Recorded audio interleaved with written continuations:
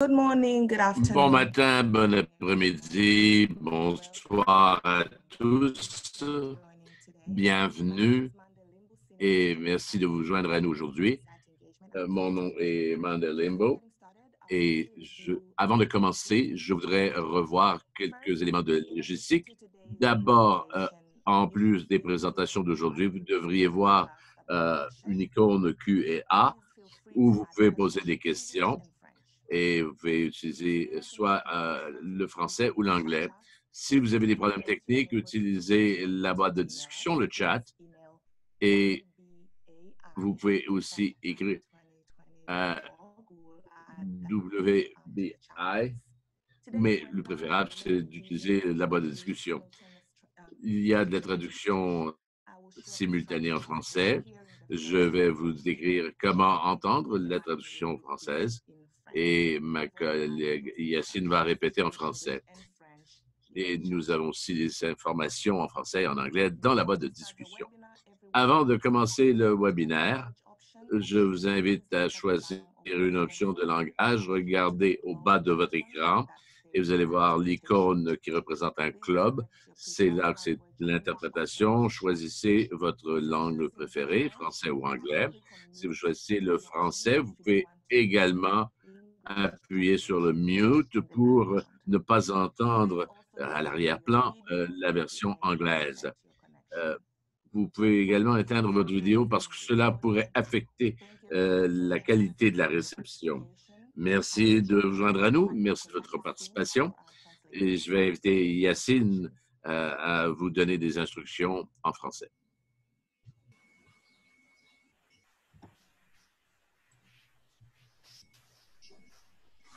Bonjour à tous. Le webinaire sera en anglais, mais il aura une interprétation. There will be a French and English version. Avant de commencer le webinaire, Before we start this webinar, I'm inviting you to choose your linguistic option. To the bottom of the screen, you'll see the little globe icon.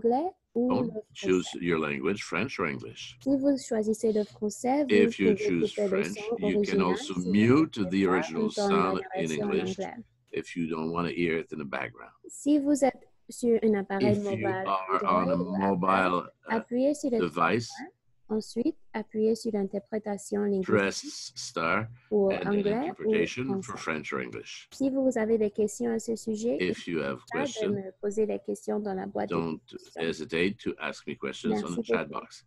Thank you very much. Thank you, Yacine. Merci. Je vais maintenant inviter notre modérateur. Malheureusement, notre collègue Mercedes ne peut se joindre à nous à cause de l'urgence familiale, mais nous avons Dilly pour prendre la parole.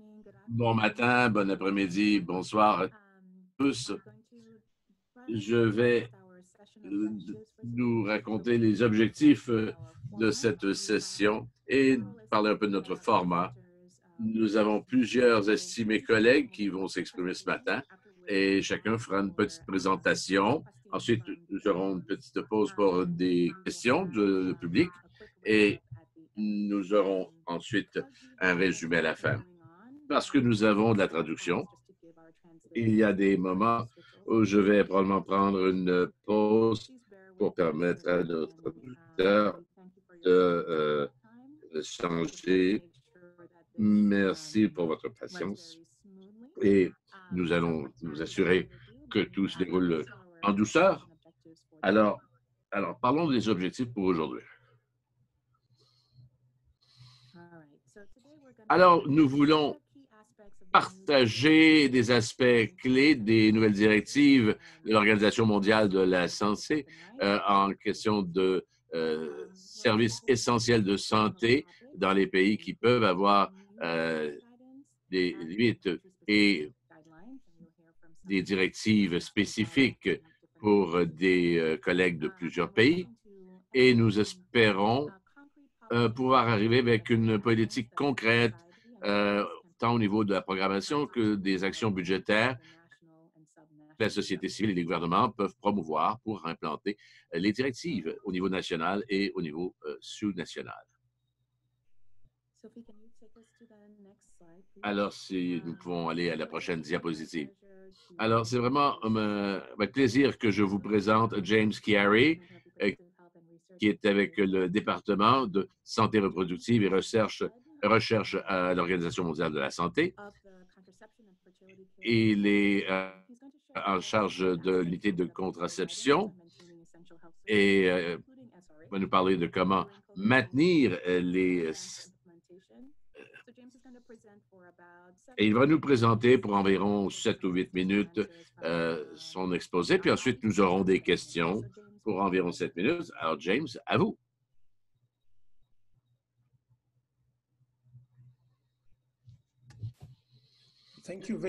Merci énormément. C'est un plaisir pour moi d'avoir cette opportunité de parler avec vous pour parler des lignes directrices de l'Organisation mondiale de la santé, notamment au niveau de la santé reproductive dans un contexte de COVID-19. Prochaine diapo, s'il vous plaît.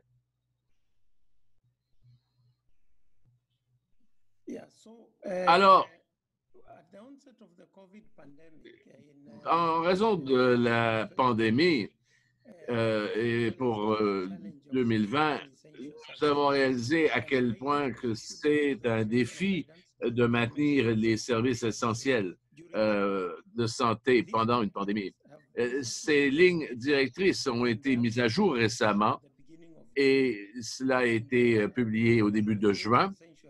Et c'est le nouveau guide directeur pour maintenir les services essentiels de santé.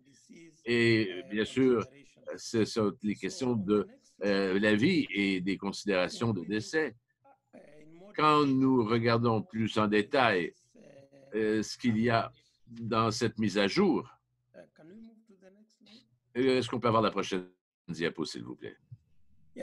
Alors, quand on regarde de façon plus détaillée sur les stratégies opérationnelles pour maintenir les services essentiels de santé, c'est la première partie. Évidemment, c'est ce qui a été développé en mars, ce qui a été développé la deuxième partie au mois de juin. Pour ma présentation, je vais me concentrer sur la deuxième partie, mais il faut aussi être conscient du contenu de la première partie,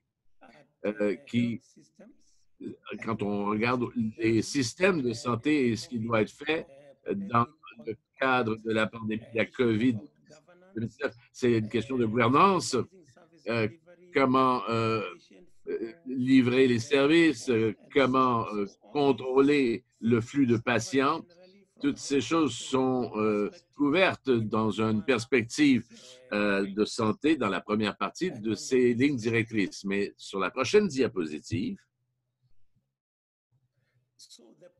alors, la deuxième partie, c'est celle que les considérations de cours de la vie et du décès. C'est plus spécifique au programme dans lequel nous travaillons. Et c'est divisé en 3 parties. Il y a les étapes de la vie, alors donc la maternité, le nouveau-né, la santé des enfants, des adolescents, des plus vieux, et les services de reproduction et de santé sexuelle. Dans la deuxième partie, nous pensons plus. Et il y a 2 autres sections. Une est sur la nutrition, les maladies non transmissibles, la santé mentale et ensuite les maladies qui peuvent être transmissibles. Prochaine diapo.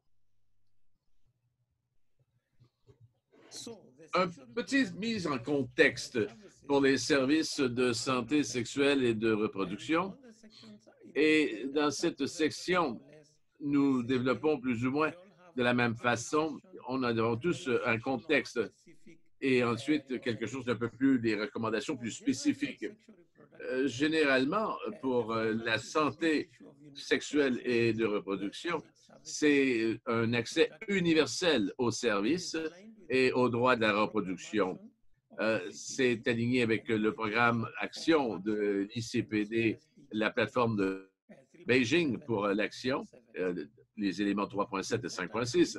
Très important, c'est de tirer des leçons des épidémies d'Ebola et du virus Zika, qui, nous savons, qui ont eu des répercussions très sérieuses sur la santé sexuelle et en termes de demande, puis en termes d'affecter l'impact pour le manque d'accès aux services.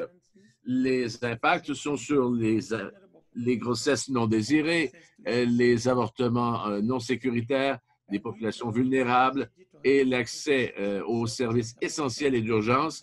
Et il faut prioriser les services de santé numérisés, les interventions et bien sûr rejoindre le plus grand nombre de gens possible avec nos services. Et sur notre prochaine diapositive,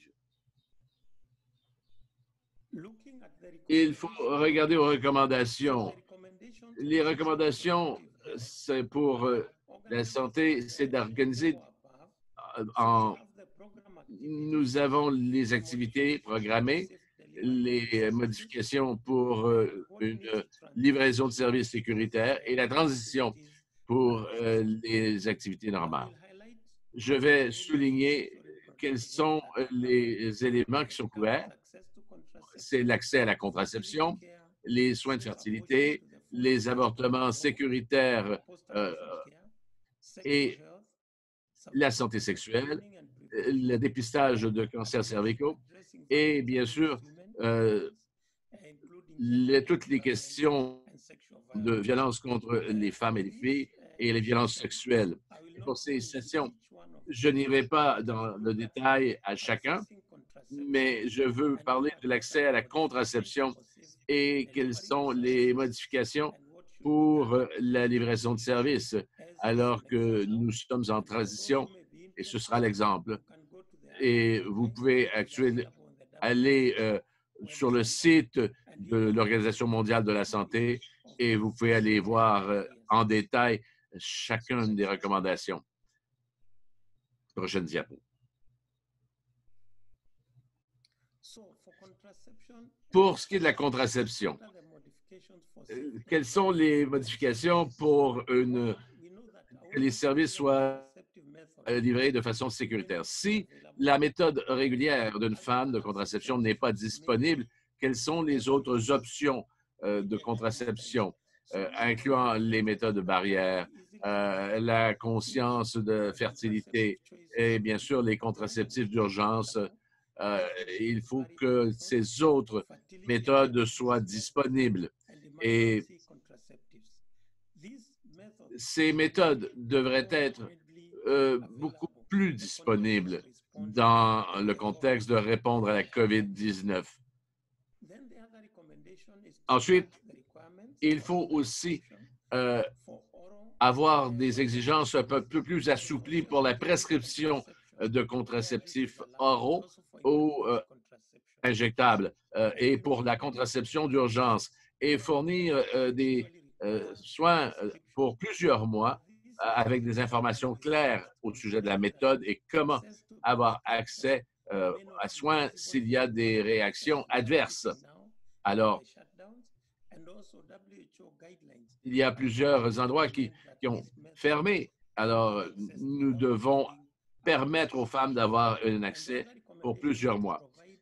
Et alors, c'est de vraiment fournir les contraceptifs pour plusieurs mois, mais aussi pouvoir surveiller les effets possiblement négatifs. Il faut aussi permettre aux pharmacies d'augmenter leurs options de contraception qu'ils peuvent fournir et qu'ils peuvent fournir des prescriptions pour plusieurs mois, que ce soit pour l'administration sous-cutanée de contraceptifs si c'est disponible. Il faut cibler les plateformes et les mécanismes auxquels nous avons accès et nous savons que par le biais des pharmacies, ce sera plus facile pendant cette période de confinement. Et sur la prochaine diapo.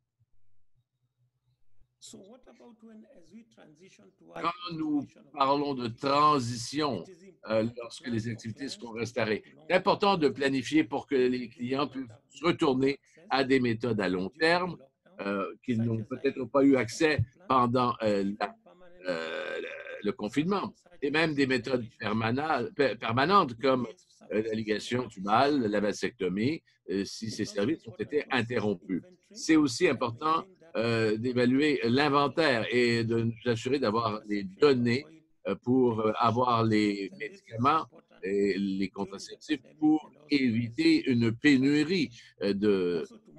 Également, il faut surveiller et communiquer comment ces services peuvent être accessibles. Et c'est particulièrement important dans le niveau de la transition parce que les services ouvrent, mais souvent, les clients ne sont pas au courant que les services sont à nouveau disponibles. Et ils continuent donc à ne pas y avoir accès. Alors, c'est très important pendant la pandémie que les clients puissent savoir où et quand ils ont accès aux services. Et c'est encore plus important au niveau de la transition, à savoir que c'est maintenant disponible. Prochaine diapo. Alors, je pense que ce serait des services à cette présentation si je ne parlais pas des adolescents et des jeunes, parce que ils ont aussi des besoins particuliers et leurs besoins ne disparaissent pas dans le contexte d'une pandémie. Les besoins pour les adolescents au niveau de la santé sexuelle et la contraception continuent. Et ils sont particulièrement vulnérables à la violence genrée, aux abus sexuels et aux grossesses non désirées, dont nous avons tous eu des rapports dans différentes régions. Ce dont il faut se souvenir, c'est que les adolescents ne sont pas un groupe homogène. C'est un groupe hétérogène avec des besoins contraceptifs différents et des préférences différentes. Et ces différences sont peut-être encore plus prononcées basées sur les circonstances dans le contexte de la COVID-19. Ils ont souvent des défis spécifiques dans l'accès à la contraception, l'information, aux services, même quand il n'y a pas de pandémie, mais c'est peut-être encore plus prononcé pendant cette période, surtout que les services scolaires et communautaires ont arrêté et nous avons des données, évidemment, les biais et les réticences, le déconfort au sujet de la sexualité adolescente pourraient être encore plus prononcés. Et malgré le fait que cette information est clé, nous n'avons peut-être pas toutes les données et toutes les évidences pour savoir ce qui se passe exactement. Sur la prochaine diapo. Alors, quelles sont les modifications de livraison de services pour les adolescents? D'abord, c'est d'avoir de l'information, savoir où et quand ils peuvent avoir accès au conseil de contraception. Également, établir des modalités alternatives pour la contraception qui seront plus accessibles pour les adolescents et d'avoir des lignes téléphoniques spécifiques pour adolescents, fournissant l'information, les conseils de façon amicale pour que l'on puisse avoir accès à l'information. Pour ce qui est des soins de santé et des institutions, il faut s'assurer que les adolescents ont accès à toutes les méthodes de contraception qui sont présentement disponibles, incluant les condoms et la contraception d'urgence. Il faut aussi considérer lever les restrictions si elles existent. L'Organisation mondiale de la santé ne recommande pas d'avoir des restrictions basées sur le statut marital, sur le consentement parental ou pour toutes les méthodes de contraception. Mais nous savons que dans certains pays, il y a ces restrictions et cela peut vraiment causer un problème pour l'accès des adolescents à la contraception. Et il faut aussi nous assurer que les services sont fournis de façon discrète et confidentielle. Prochaine diapo. Nous avons déjà plusieurs questions, James. Les gens sont très intrigués Est-ce que l'on peut clore rapidement la présentation pour répondre aux questions? Oui, je pense qu'il ne reste que 3 diapositives. Alors, sur cette diapositive, c'est sur un autre élément de l'Organisation mondiale de la santé, c'est les soins de santé basés sur la communauté, et c'est en partenariat avec l'Organisation mondiale de la santé, l'UNICEF et l'IFRSC, et c'est un autre ça a de l'information sur les campagnes et les traitements pour la contraception. Et prochaine diapositive, c'est pour nous rappeler que nous avons à l'Organisation mondiale de la santé un site web et nous avons aussi une section avec questions-réponses auxquelles vous pouvez avoir accès. Et j'ai mis cette diapo pour surtout souligner que au-delà des lignes directrices de l'Organisation mondiale de la santé, il y a aussi des pays qui ont développé des lignes directrices spécifiques, nationales, des documents, des notes, mais sous différents noms. Et ce n'est qu'un exemple de ce que certains pays ont fait, ont complété ou s'ils sont en progrès de développer des lignes directrices. Et cette liste n'est pas exhaustive d'aucune façon. Alors, en termes de l'Organisation mondiale de la santé, nous travaillons dans différents domaines. Nous avons le support technique au niveau du développement des protocoles et des lignes directrices nationales, de capacité d'entraînement, de participer, de pouvoir partager les pratiques et l'expérience et équiper les équipes de réponse. Nous pouvons laisser tomber cette diapositive pour sauver un peu de temps et il semble qu'une de mes diapositives n'a pas été inclue. Mais je voulais vous donner un plan pour un groupe d'intervention pour implanter les meilleures pratiques alors que nous sommes partenaires avec les différents ministères de la Santé. Nous avons des discussions fréquentes sur la contraception et nous partageons des expériences dans différents pays. Merci. Merci, James. Alors, nous avons quelques questions rapides pour vous. Alors, une première question au sujet des cancers cervicaux. Quelle est l'importance de maintenir le dépistage quand les traitements ne sont pas possibles? Oui, je pense que le dépistage de cancer cervical est très important pour plusieurs raisons. Le dépistage peut être fait de plusieurs façons, incluant avec l'échantillonnage de cellules, et c'est faisable même pendant cette pandémie. Le dépistage de cancer cervical est important tant en termes de détecter les lésions précancéreuses où on peut avoir accès au traitement, mais aussi nous assurer que celles qui n'ont pas besoin de traitement, c'est important de continuer le dépistage à ce moment-ci parce que si on ne le fait pas, alors que nous savons que c'est une maladie qui progresse lentement, nous allons rater plusieurs opportunités. L'autre importance, c'est que ce dépistage permet aussi de voir des malaises holistiques qui peuvent avoir besoin d'un traitement immédiatement, encore possible. C'est parfois différent dépendant au moment où la maladie est détectée.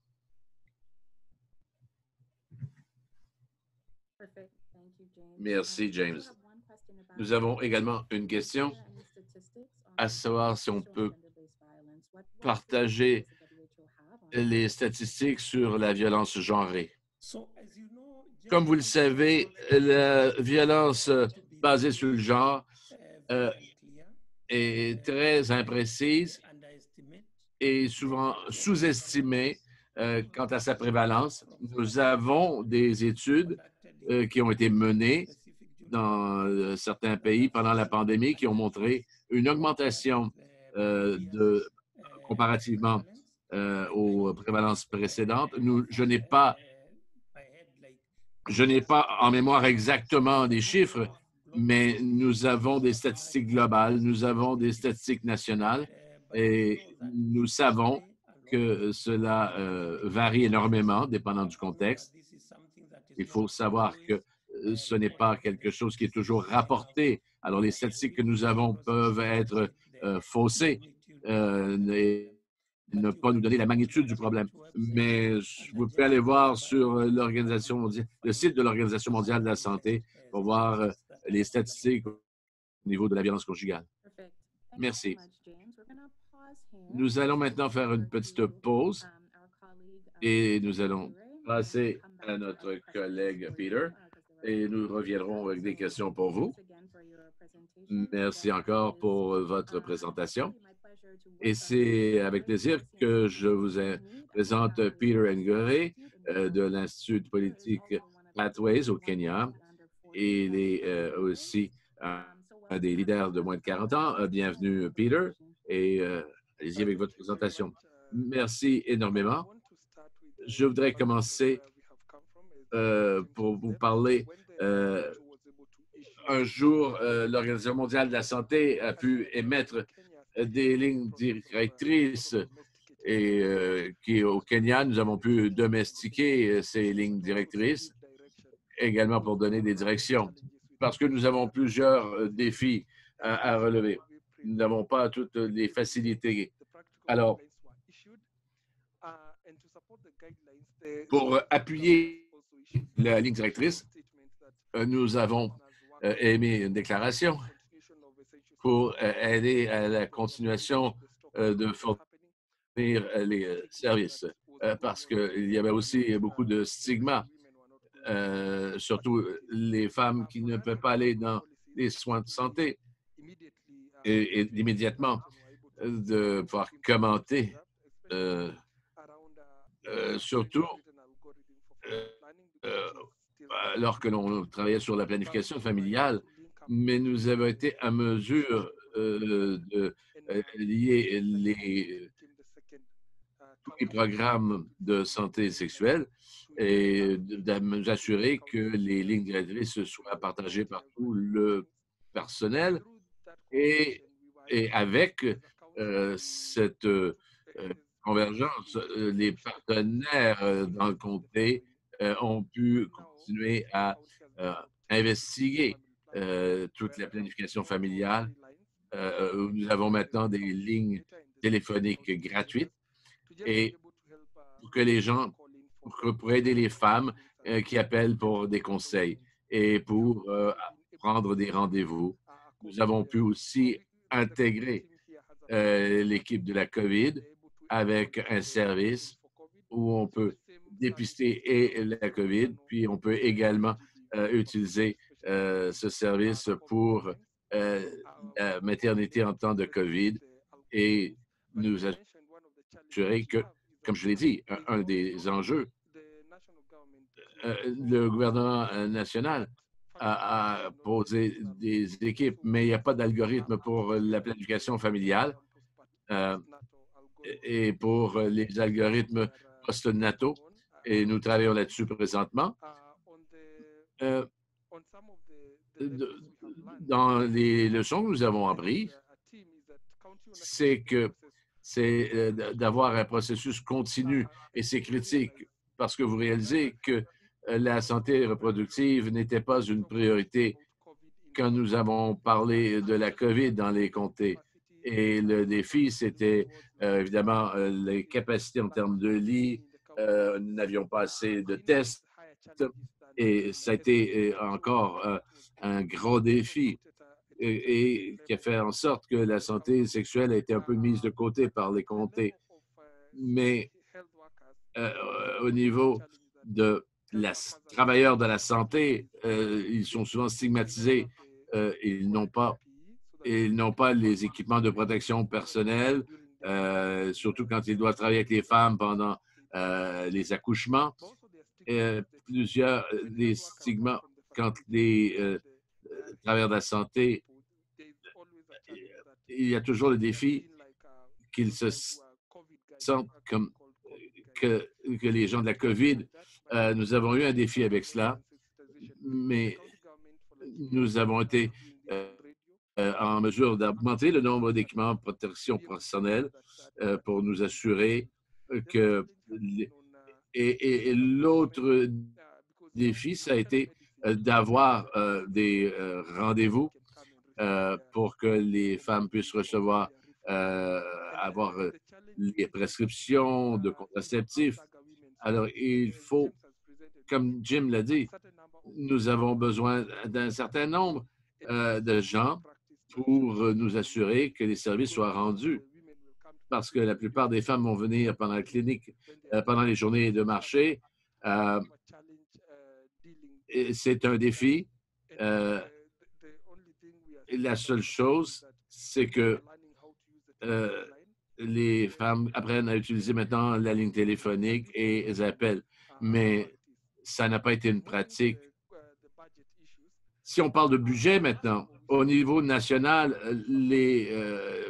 avec les budgets supplémentaires qui ont été alloués, les budgets pour la santé de reproduction sont tombés de 6,1 milliards à 4,4 milliards, alors que nous avions demandé que cet argent revienne aux 6,1 milliards, parce que c'est un gros défi, parce que nous sommes à court d'au moins 300 millions. Et nous devons nous assurer que nous sommes en mesure de relever ces défis, alors que au niveau des comtés, parce que avec les comtés qui investissaient peut-être 10 000 $ ou 110 000 $ pour la santé de reproduction, nous avons tombé peut-être à 8 000 et cela continue à tomber dans les budgets subséquents. Alors, ce que nous faisons présentement, c'est que les cycles de budget dans plusieurs partenaires présentent des mémos et au moins le financement n'est pas totalement perdu, même si on doit continuer de pousser pour avoir plus de financement. Alors, voilà ce que l'on fait de façon domestique pour nous assurer que tous nos partenaires puissent continuer à fournir les services et qu'ils puissent réaliser. Merci. Merci, Peter. Vous avez parlé des défis qui ont été intégrés dans le processus, mais je me demandais si vous pourriez nous donner un peu plus de détails. Nous avons vu vos diapositives. Dans les leçons apprises avec l'exercice du Kenya au niveau de la santé reproductive en réponse au COVID, qu'est-ce qui a été l'importance de défendre les budgets? Pouvez-vous nous parler un peu plus de cela? Oui, je vais dire que la Kitty est un comté au cœur du pays et nous avions un défi. En avril, nous avons réalisé que la moitié du budget pour la santé reproductive n'avait pas été libérée. Et c'était un des aspects qui était facile à régler parce que c'était que d'avoir cet argent. Nous voulons tous avoir plus de lits, nous voulons tous avoir plus de centres d'isolation. Alors, ça a été, nous avons dû former 8 organisations, des partenariats pour au moins présenter les détails de comment n'avait pas été dépensé.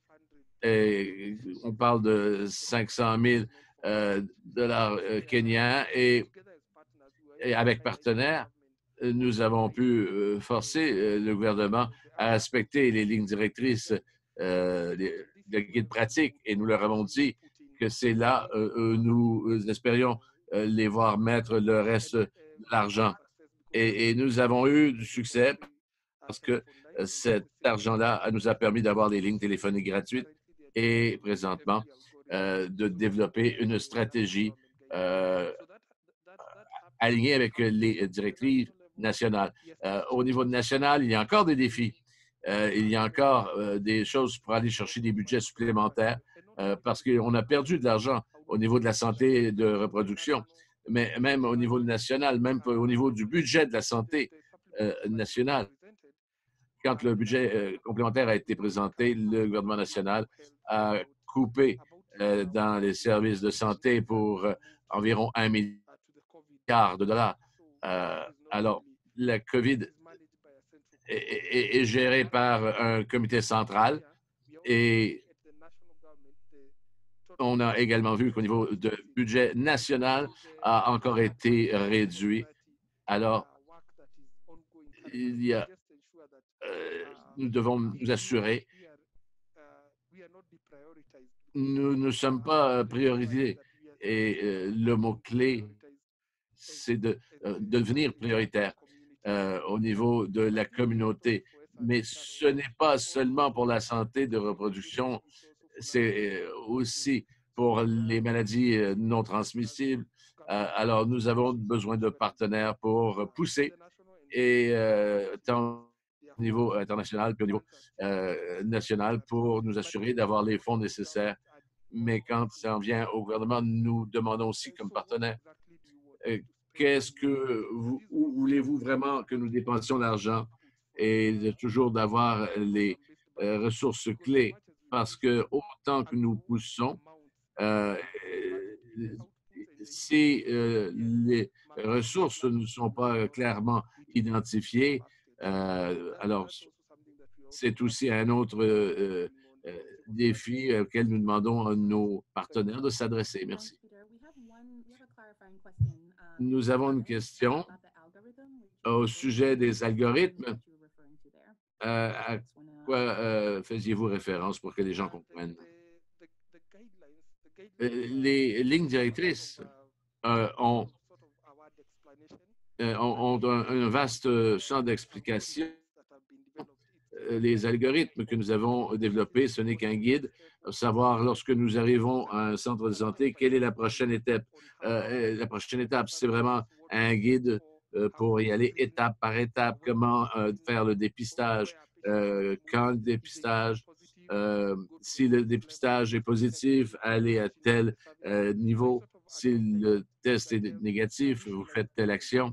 Alors, c'est vraiment pour aider les travailleurs de la santé à savoir exactement où mener le patient après avec les symptômes manifestes de la COVID-19 ou non.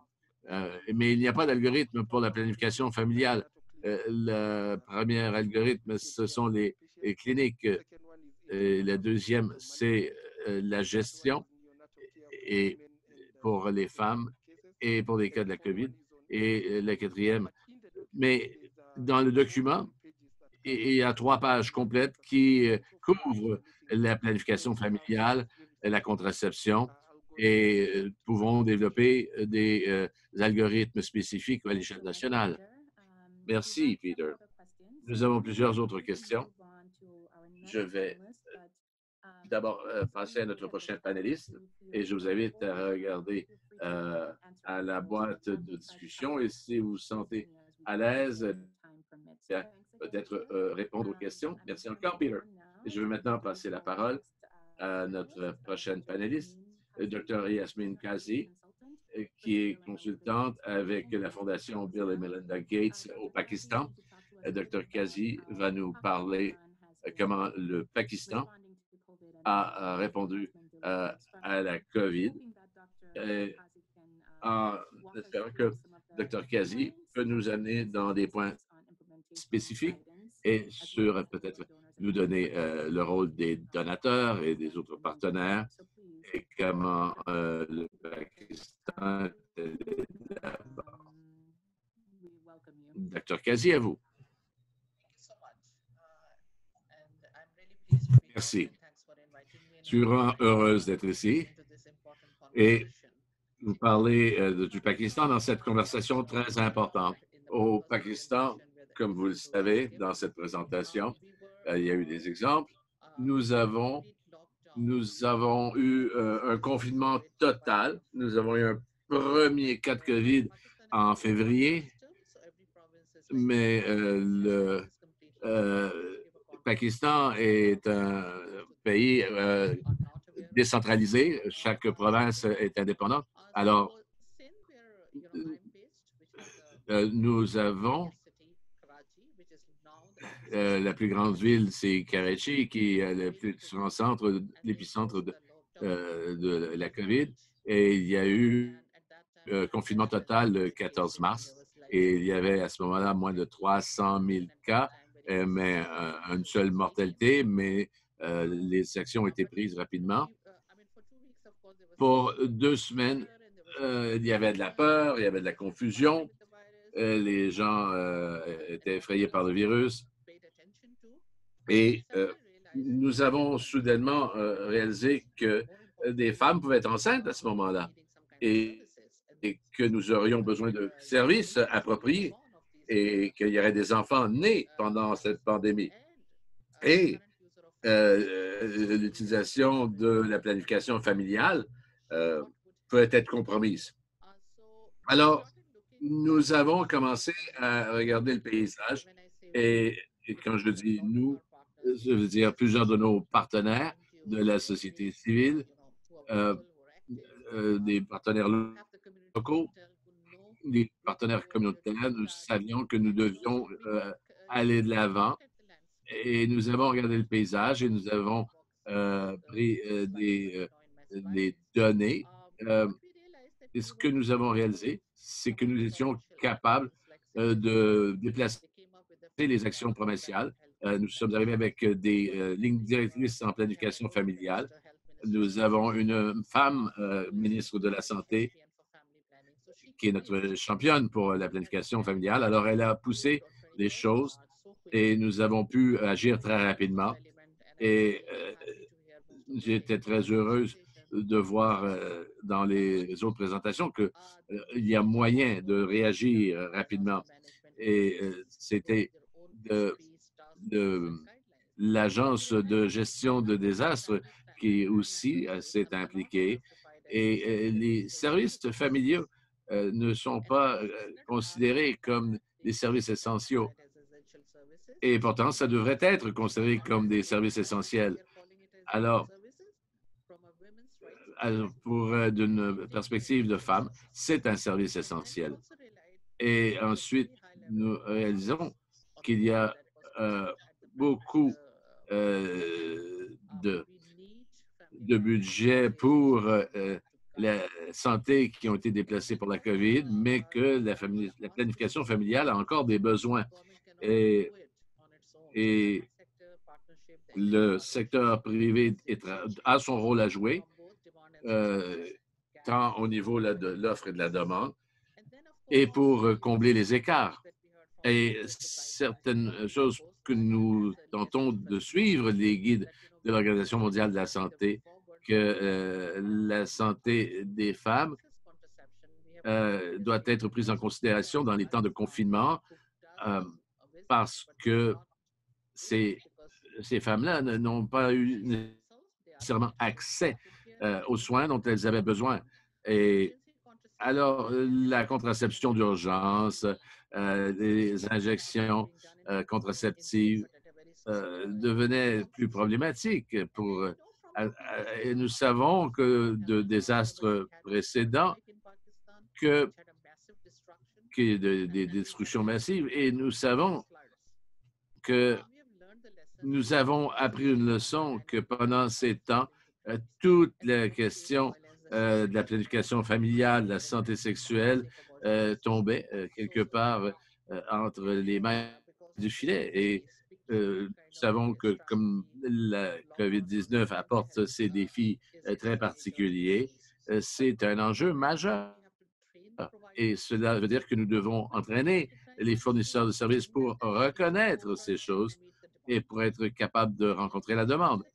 et aussi d'avoir accès pour tout le monde travaille sur son propre matériel. Nous avons besoin de beaucoup de coordination et parce que ça aussi, c'est quelque chose que nous avons appris. Si on ne communique pas, nous ne sommes pas coordonnés. Si les messages ne sont pas coordonnés, il n'y aura plus que de confusion.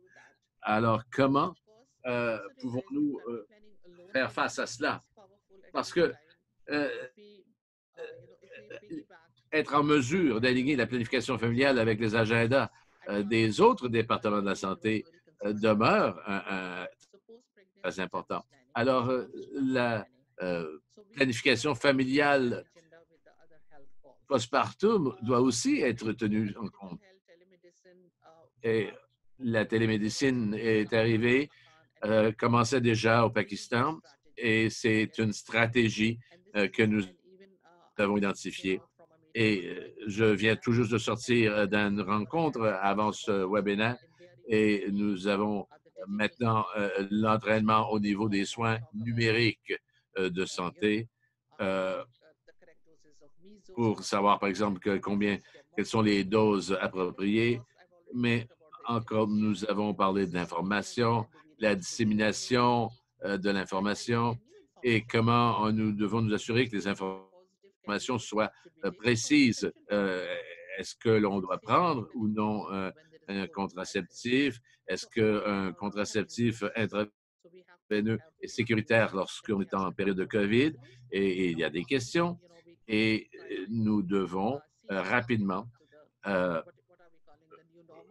voir comment nous composons avec la nouvelle normalité, comment nous composons avec l'entraînement du personnel, la transformation des services et comment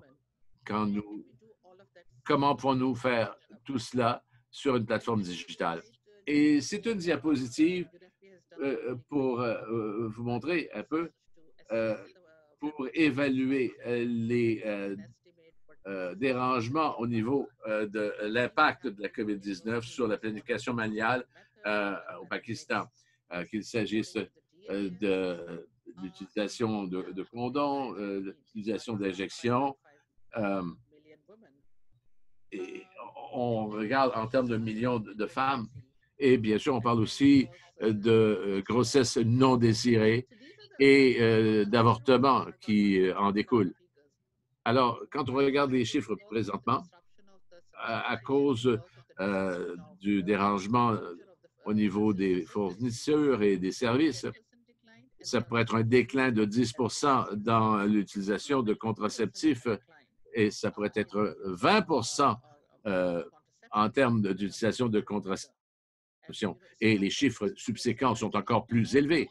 Et toutes ces choses très importantes, quand on regarde, alors, nous avons présentement des contraceptifs pour une période de 6 mois à travers le Pakistan, tout dépend de la chaîne d'approvisionnement.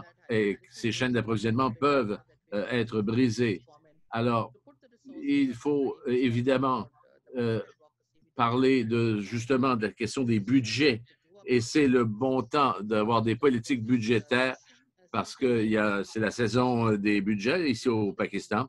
Et nous savons que nous avons besoin de plus de ressources pour la planification et la santé familiale. Et nous avons des demandes plus élevées pour ceux qui sont les fabricants de politiques. Je pense que mon temps est écoulé ou si j'ai encore un peu de temps. Merci, Kazé. Nous avons une question pour vous. Il semble qu'au Pakistan et dans d'autres pays, qu'il y a une force importante. Est-ce que ces escouades de force ont été augmentées ou est-ce que c'est pourquoi? Oui. Au début, je vais être franche et honnête, nous avons ajouté au niveau des urgences, fort heureusement, certaines unités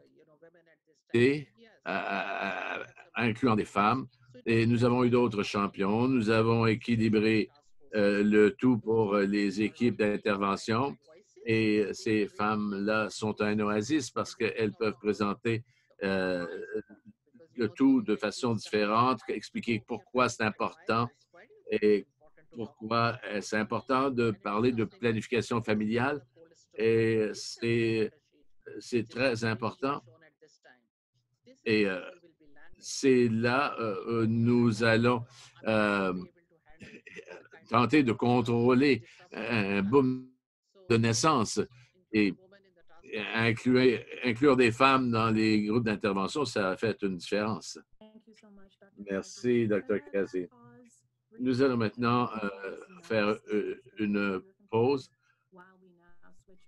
alors que nous allons passer à nos panélistes qui vont parler en français. Alors, et ensuite, nous allons commencer avec la portion française de notre discussion.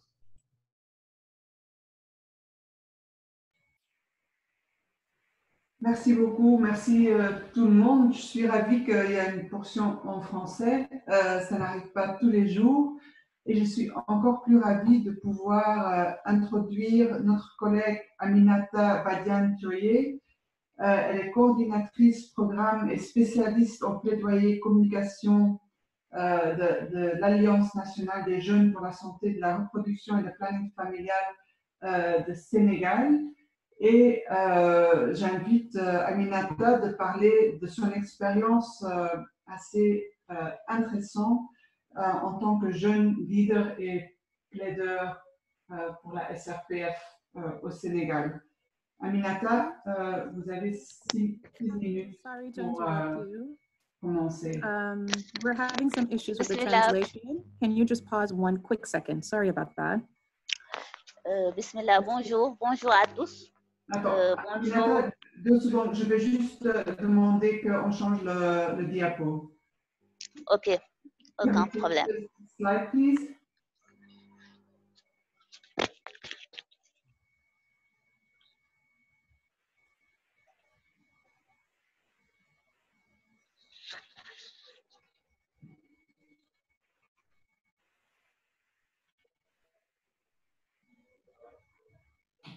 Moo, please go ahead. We'll try to figure out the issues as we go. Okay, je pense que vous pouvez commencer. J'ai demandé qu'on change le diapo. Voilà. OK. Bonjour à tous, bonjour aux organisateurs et aux participants à ce panel. Félicitations aussi à mes prédécesseurs pour la clarté de leurs propos et la richesse de ces présentations. Bon, pour le Sénégal, je dirais que comme à l'image des autres pays, le Sénégal a développé une stratégie de riposte à la COVID-19 qui, pour l'essentiel, a été calquée par rapport aux mesures qui se font un peu dans les autres pays, confinement partiel, fermeture des écoles, réduction des transports, etc. Et tout cela, c'était pour empêcher la propagation du virus au niveau du Sénégal. Pour notre compte, cependant, on va dire que cette stratégie de riposte manquait d'une petite dose de réalisme parce que cela n'intégrait pas les risques de hausse de morbidité reliés aux autres décès évitables des mères, des enfants et des adolescents. Et c'est à ce titre qu'au niveau de notre organisation, nous en avons pris connaissance par le biais des sollicitations de femmes et de filles qui nous ont contactés par le canal de notre page Facebook ou bien par le biais de nos connaissances ou aussi par l'intermédiaire de nos points focaux au niveau des régions pour nous partager les perturbations que ces mesures de riposte étaient en train d'engendrer sur leur santé sexuelle et reproductive.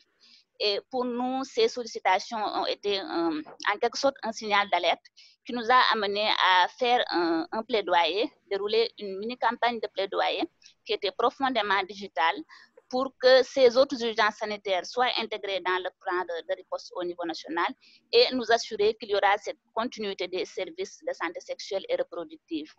Et dans ce sens-là, nous avons eu comme parmi les activités de cette mini-campagne de plaidoyer, l'exploitation, ou bien je dirais le déroulement de sondages que nous sommes en train de mettre en œuvre sur le terrain.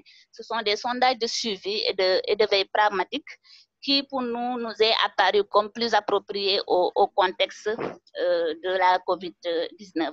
Et ici, on peut partager les premiers résultats de les premières tendances du premier sondage, surtout au niveau des jeunes, parce que c'est le groupe cible qui a majoritairement participé à ce sondage. Et vous voyez que parmi les difficultés les plus mentionnées chez les jeunes, nous avons la baisse de revenus. 57% des répondants chez les jeunes ont parlé de cette baisse de revenus qui est liée à l'arrêt de travail des pères de famille, mais également la perte de l'emploi chez les jeunes, surtout chez la tranche d'âge 25-35 ans. Les jeunes ont également relevé comme autre difficulté la baisse de la fréquentation des services liés à la COVID-19. Il y a aussi 18% qui ont parlé de la peur d'aller dans les structures sanitaires et les difficultés d'accès aux services de santé sexuelle et reproductive aussi ont été mentionnées. Notons aussi que 18% des répondants jeunes ont mentionné la suspension des cours comme difficulté rencontrée à cause de cette COVID-19. Je les cite, les services sont devenus quasi inaccessibles pour les personnes qui ne souffrent pas de la COVID-19. Moi-même, j'ai perdu mon père à cause des difficultés liées des difficultés d'accès aux dialyses. C'est un jeune qui parle du traitement d'hémodialyse qui a été pour un temps indisponible. L'autre commentaire d'un jeune que je cite, c'est beaucoup de jeunes ont besoin de services de santé sexuelle et reproductive, mais dans ce contexte actuel, c'est impossible. Nous avons même des difficultés pour nous payer les tickets de consultation. Il y a aussi le problème des traitements qui coûtent cher. Donc, en conclusion rapidement sur ce point, on peut dire qu'en tant qu'acteur de la SR Minia, ces premières tendances de ce sondage nous renseignent que chez les jeunes et au niveau des ménages, deux problèmes sont adressés. C'est le problème du non-recours aux soins et le problème de la disponibilité réduite des services. Concernant le problème du non-recours aux soins chez les jeunes et les ménages, c'est pour des raisons économiques, financières. La perte des moyens de subsistance qui est fortement ressortie dans le sondage peut en effet faire que la santé sexuelle et reproductive devienne un poste dont les dépenses vont être différées au profit d'autres postes jugés prioritaires comme le logement ou l'alimentation. Et concernant le problème de la disponibilité réduite des services, cela se pose en partie à cause du manque d'informations en raison des craintes d'infection à la COVID-19, qui d'ailleurs a été relevé par le premier panéliste, Peter, dans les établissements de santé. Et cela démontre l'urgence d'engager des initiatives conformément à une des directives spécifiques de l'OMS, c'est-à-dire informer, orienter le public sur les comportements sécuritaires de recherche de soins.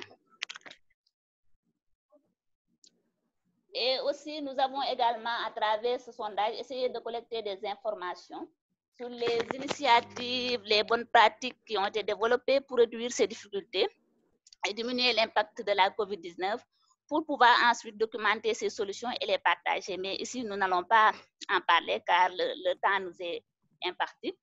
On va direct passer aux recommandations que nous avons eu à développer suite aux premières tendances qui sont ressorties de ce sondage.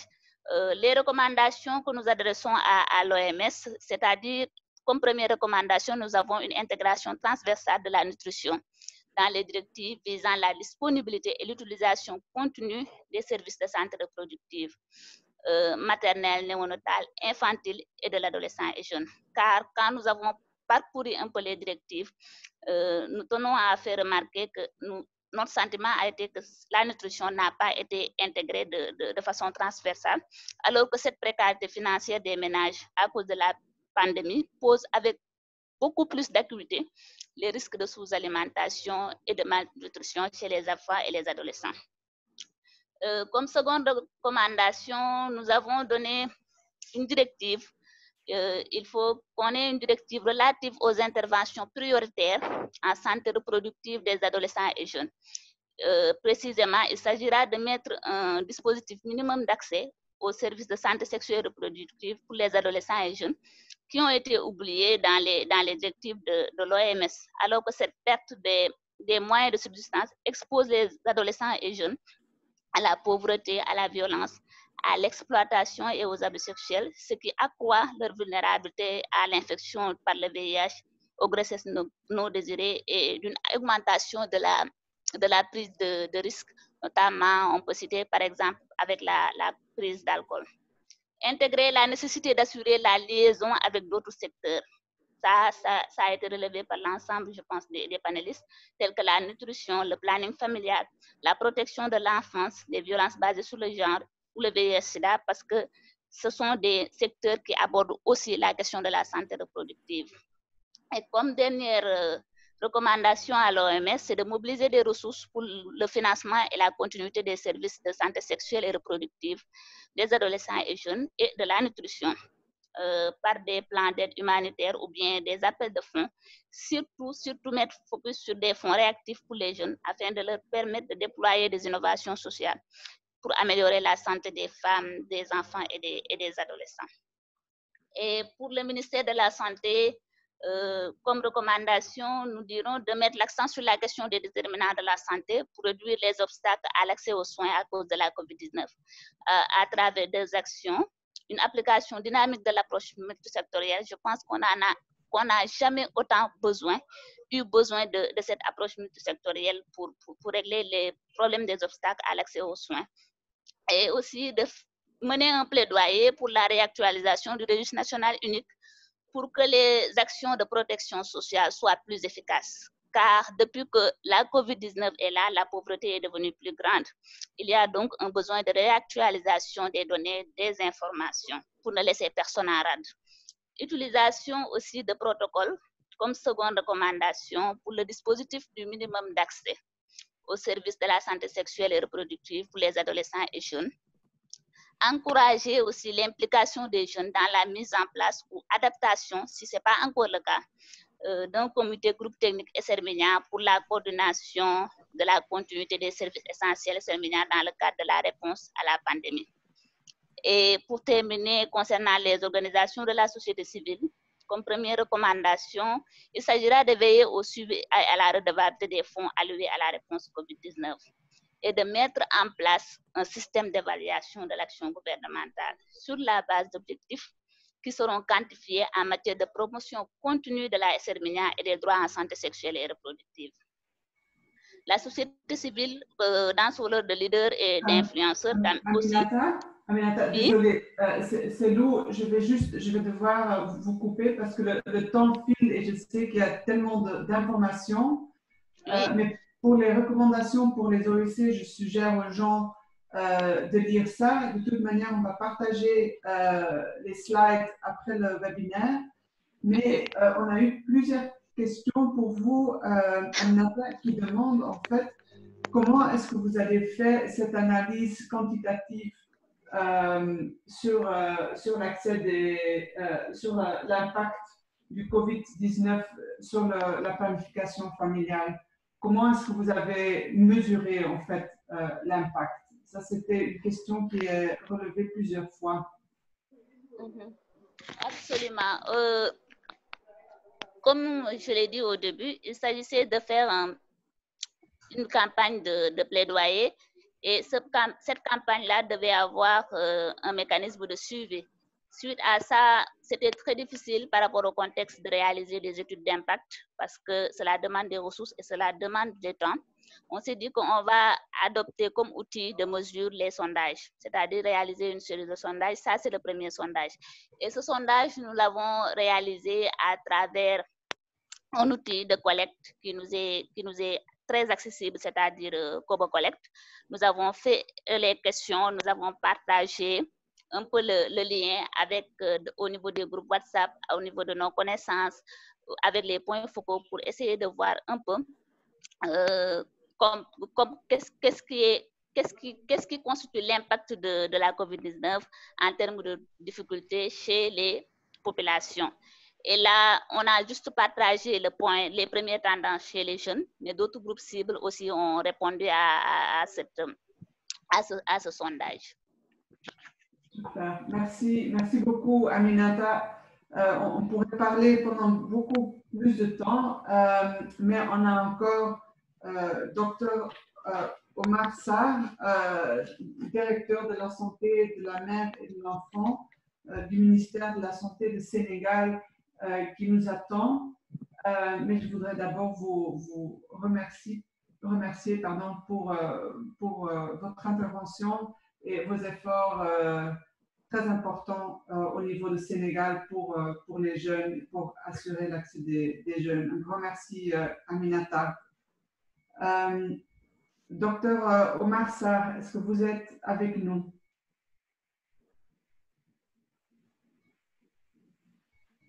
Oui, bonjour, bonjour, je suis avec vous, bonjour. Bonjour, docteur. Comme je viens de dire, on a plus ou moins 6 minutes pour parler de la situation et les lignes directrices qui sont sorties du ministère de la Santé du Sénégal. On vous écoute. Un grand merci d'abord.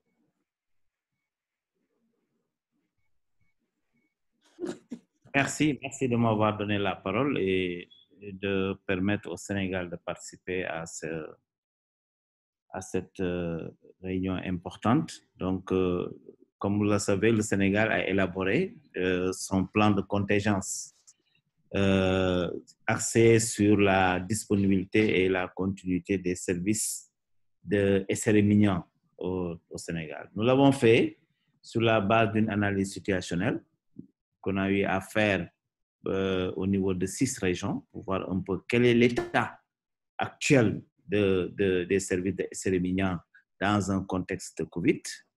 Et sur cette base-là, nous avons élaboré un plan de contingence suivant le canevas, le guideline de l'OMS avec ces 7 piliers. Je pense que ce n'est pas la peine que je revienne sur ces piliers. Peut-être que tout le monde connaît en tout cas ce guide de l'OMS qui nous a permis de faire le plan de contingence. Les actions clés qui a permis d'assurer la disponibilité et l'utilisation des services SRMINIAN tournent autour des points suivants. C'est-à-dire nous avons, dans le plan de contingence, il y a une activité importante qui est l'élaboration d'un guide SRMINIAN pour les activités essentielles à mener en période de Covid à tous les niveaux. Donc au niveau périphérique, mais aussi au niveau intermédiaire, au niveau des structures de référence. Donc ce guide a été élaboré et est en train d'être validé. Donc nous l'avons déjà testé dans une région administrative et le testing est en train de se continuer. Et après ce testing, nous allons finaliser ce guide et passer maintenant à la dissémination au niveau national, au niveau des 14 régions. Donc nous avons déjà eu un accompagnement qui est déjà là pour nous permettre de partager ce guide. Et ce guide nous permettra vraiment de nous fixer sur les activités essentielles qui permettent au moins de maintenir les acquis que nous avions eus avant l'événement de la pandémie COVID-19. Nous avons aussi dans ce plan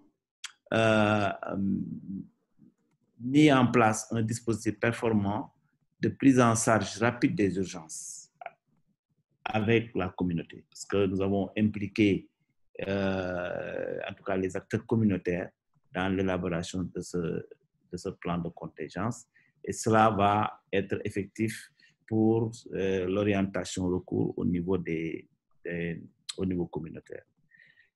Nous avons aussi la mise en place de stratégies innovantes, donc les appels téléphoniques, etc., que nous allons faire par rapport à ce niveau. Par rapport à la réponse aux besoins des adolescents jeunes, ça aussi, nous avons eu beaucoup d'interventions qui sont déjà en cours. C'est le renforcement de la collaboration intersectorielle.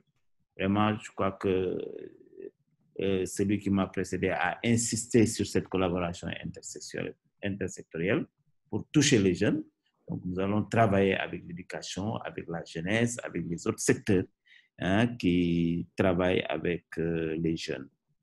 Renforcer aussi la communication pour atteindre les jeunes sur la gestion de la COVID et la continuité des services SRAJ.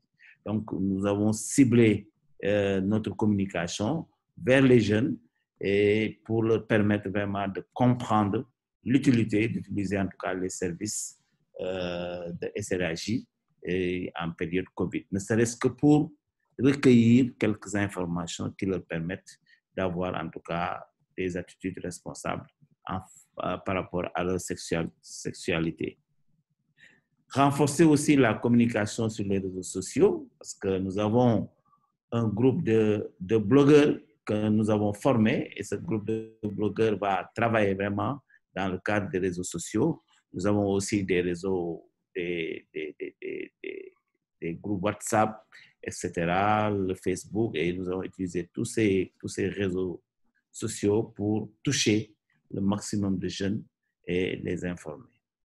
Maintenant, il y a aussi, nous utilisons sur la communication de masse par rapport aux radios et aux télés pour encourager les jeunes sur les gestes barrières et les recours précoces au soin. Donc, autant d'activités qu'on va mettre en œuvre pour toucher cette cible vulnérable qui constitue les jeunes, mais dans un cadre multisectoriel. Je crois que cet aspect-là est important pour nous et nous l'avons mis en place bien avant l'épidémie de COVID-19 et nous allons continuer à renforcer cette collaboration multisectorielle pour les jeunes.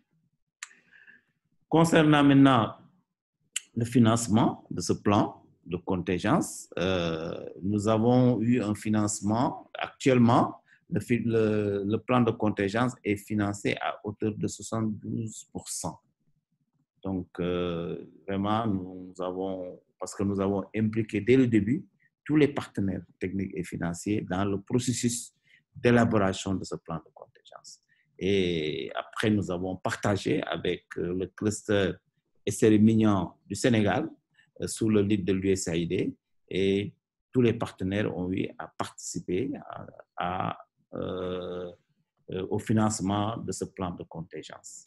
Je voudrais vraiment les remercier par rapport à cet talent de solidarité. Bien sûr, l'État du Sénégal aussi, à travers son budget, a participé. Nous avons aussi la participation au niveau local, à travers les organisations communautaires qui gèrent les ressources issues de la participation financière des populations à l'effort de santé, donc autour des postes de santé, ce qu'on appelle les comités de développement sanitaire, anciens comités de santé, et ces CDS aussi participent de façon notable à l'exécution de ce plan de contingence. Bien sûr, il y a un gap qui est en train d'être recherché, donc un gap d'environ 25% du budget qui est en train d'être recherché, et nous appelons les uns et les autres, en tout cas tous les partenaires du Sénégal, à s'investir dans ce plan de contingence qui va nous permettre, en tout cas, au moins de maintenir les acquis que nous avions avant l'événement de l'épidémie de COVID-19. Donc, avec la réduction de la mortalité maternelle qui est en cours au Sénégal et qui se manifeste chaque année vraiment par une diminution, la réduction de la mortalité infantile-juvénile, mais surtout l'augmentation de la prévalence contraceptive et la réduction surtout des besoins non satisfaits qu'on est en train d'observer au Sénégal. Voilà ce que je voudrais vous présenter et j'attends des questions éventuelles pour pouvoir y répondre. Merci. Oui, merci. Un grand merci, Dr. Sarr. Vous avez vraiment pris l'avant et le leadership en termes de développement des lignes directrices, qui était vraiment essentiel. Il y a énormément de questions et malheureusement très peu de temps. Je vais donc juste poser une question qui est ressortie. Et parce que la plupart des questions qui ont été posées par les participants, c'est par rapport aux jeunes. Je pense que peut-être il y a des collègues qui pensaient que les jeunes peut-être n'ont pas eu assez d'attention dans le plan de Sénégal. Et il y avait notamment une question qui était posée qui demandait si les écoles au niveau de Sénégal sont fermées, comment est-ce que vous atteignez les jeunes? Est-ce qu'il y a une stratégie pour atteindre les jeunes qui ne vont pas à l'école? Oui, au Sénégal, il y a des jeunes qui fréquentent les écoles formelles et les écoles sont en train de s'ouvrir. Les écoles étaient fermées, mais depuis la semaine passée, les jeunes qui sont en classe d'examen, leurs classes sont réouvertes. Donc, on a déjà l'accès. Mais nous avons aussi des stratégies pour les trouver dans le lieu, en tout cas, de rassemblement. Parce que vous savez, au Sénégal, il y a en tout cas une côte avec des plages et nous sommes en période d'été, donc les jeunes se rassemblent dans les plages. Il y a aussi les jeunes qui ne sont pas dans l'école formelle, donc qui sont dans l'informel, qui sont aussi dans d'autres secteurs et nous nous organisons à les retrouver à ce niveau. Donc, véritablement, le Sénégal avait déjà mis en place au sein de la direction de la santé de la mère et de l'enfant une division chargée que de la santé des adolescents. Et cette division-là travaille avec les autres secteurs et nous nous organisons à faire un plan d'action commun avec l'ensemble des secteurs et à les exécuter. Et je crois que ça, c'est une très bonne expérience pour le Sénégal que peut-être d'autres pays pourraient s'en inspirer. En tout cas, nous nous organisons pour trouver les jeunes là où ils sont pour leur donner les informations dont ils ont besoin. Super. Magnifique. Un grand merci pour le partage. On va aussi partager le plan de Sénégal et bien sûr les diapos et ce que vous venez de partager avec tout le groupe. Je vais couper mon français et je vais sauter aux chaînes anglais. Je vous demande juste 2 minutes ou 1 minute même. Maintenant. Thank you so much, Lou. Merci beaucoup, Lou. Merci beaucoup à nos conférenciers, Dr. Omar Sarr et Annie Anata. Je vais maintenant céder la parole à Lou pour nous parler des écarts préliminaires et parler des actions concrètes. Je fais tout simplement vous dire que nous allons sauter au niveau de la traduction. Nous donnons une chance à nos traducteurs de s'ajuster. Et Lou, qui est consultante pour la santé publique, bienvenue et permettez-nous de comprendre davantage. Merci. Vous m'entendez bien? Oui, nous vous entendons très bien. Merci. D'abord, je voudrais remercier tous les présentateurs pour toutes ces présentations magnifiques. Je pense que pour moi, cela nous montre comment complexe est le processus pour avoir des lignes directrices de l'Organisation mondiale de la santé au niveau nationaux et sous-nationaux pour nous assurer que tout le monde ait l'accès à l'information. Je pense que pour tenter de donner un peu un sens à tous ces éléments complexes, je pense que tous ici sur ce panel ont appliqué. Nous avons regardé de façon très attentive les lignes directrices existantes et celles qui étaient envoyées à toutes les organisations, pas seulement l'Organisation mondiale de la santé. Et nous avons également vu que certains font des efforts plus forts que d'autres.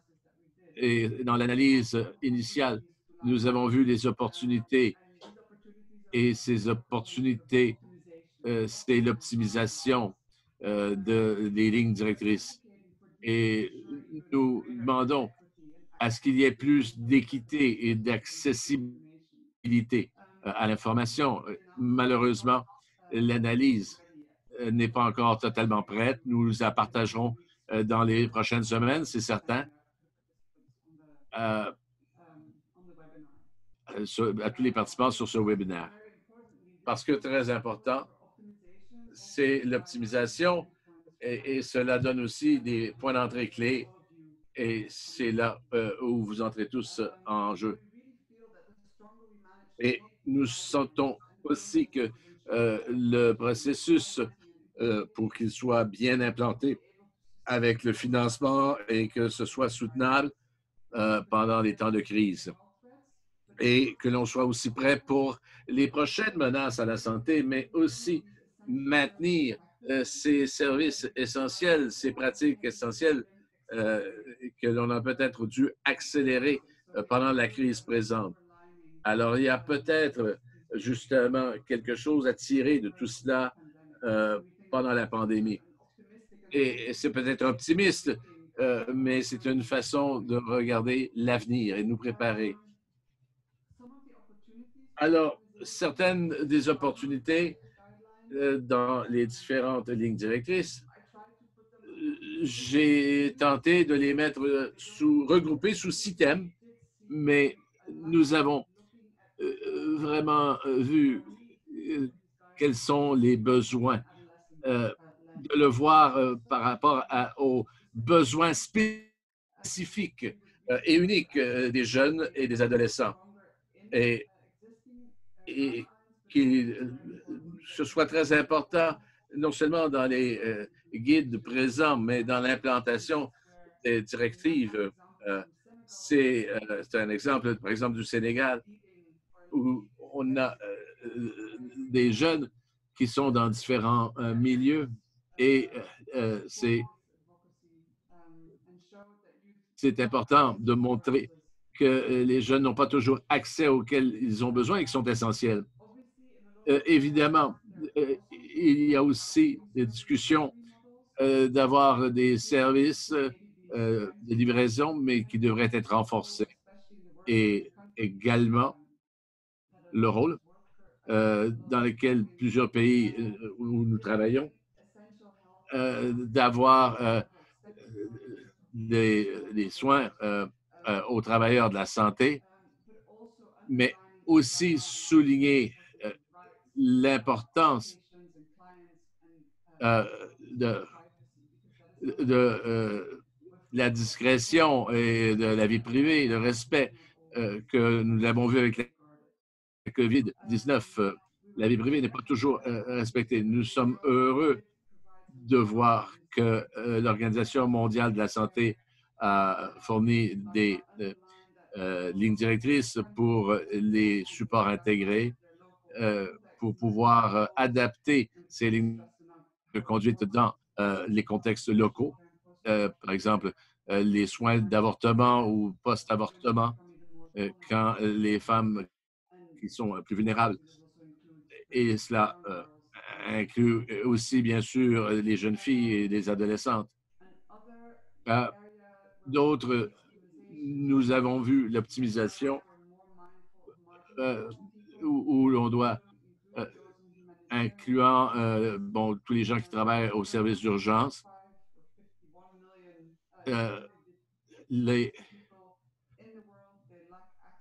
le manque d'accès à la plupart des services.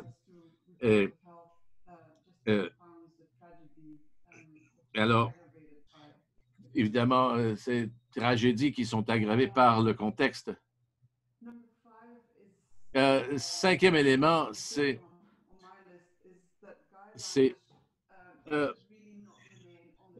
les lignes directrices ne doivent pas rester sur les tablettes. C'est très important. Nous devons nous assurer que comme communauté, que ces lignes directrices sont adoptées, sont exécutées et évidemment, il y a une question de financement. Et Dr. Yasmine en a parlé, mais c'est tellement important de nous assurer que ces lignes directrices et les recommandations qui en découlent ne demeurent pas sur les tablettes et que soient mises en pratique. Et c'est un point qui a aussi été souligné par Aminata et par James, que la santé sexuelle n'est pas un vacuum. Il faut pouvoir intégrer cela dans tous les programmes, et que ce soit au niveau de l'agenda de la nutrition, la néonatalité, les soins de santé pour les jeunes. Nous devons complémenter, être complémentaires les uns les autres. Et c'est très important. Alors, cette diapositive nous dit ce que nous préconisons et savoir où commencer. Cela peut être fait de plusieurs façons. Plusieurs façons que vous connaissez bien. D'abord, il faut garder un œil sur le pouls de la communauté, avoir des informations complètes au niveau de l'âge, du sexe, des contraceptifs disponibles ou non, des services disponibles ou non. Il faut aussi être de la conversation, il faut être des partenaires. Nous sommes tous là ensemble dans cette situation.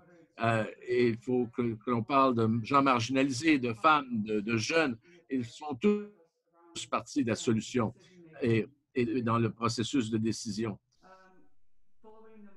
Il faut bien sûr suivre l'argent. Il faut de l'imputabilité, de la transparence, nous assurer que les budgets alloués soient bien dépensés. Et il y a des questions qui ont été posées. Il faut aussi penser pour l'avenir, apprendre ce que l'on fait présentement et pour que par la suite, au cas où il y aurait une autre crise, que nous soyons mieux préparés, ou même s'il n'y a pas de crise, nous assurer que les gains, les acquis soient encore là après la COVID. Alors, ce sont les grandes lignes, mais l'analyse que nous en faisons, c'est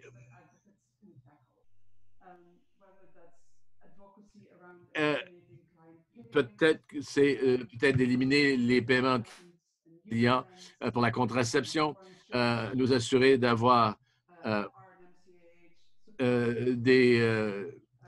les fournitures nécessaires, que nous ayons tout ce qu'il faut. Ce sont tous des enjeux auxquels nous sommes confrontés quotidiennement, que nous devons mener de l'avant. Et je pense que ensemble, avec tous les partenaires, nous serons en mesure de combattre contre et nous assurer qu'on ait l'accès. Voilà pour moi. J'ai essayé d'accélérer un peu là, pour être à temps. Je suis désolé si j'ai débordé un peu. Il n'y a pas de souci, Lou. Nous avons une question pour vous. Pouvez-vous nous dire quelles sont les agences qui ont participé pour établir les lignes directrices? Et est-ce que vous pouvez avoir une liste? Définitivement, le groupe d'organisations qui ont pris part à l'analyse initiale qui a été menée.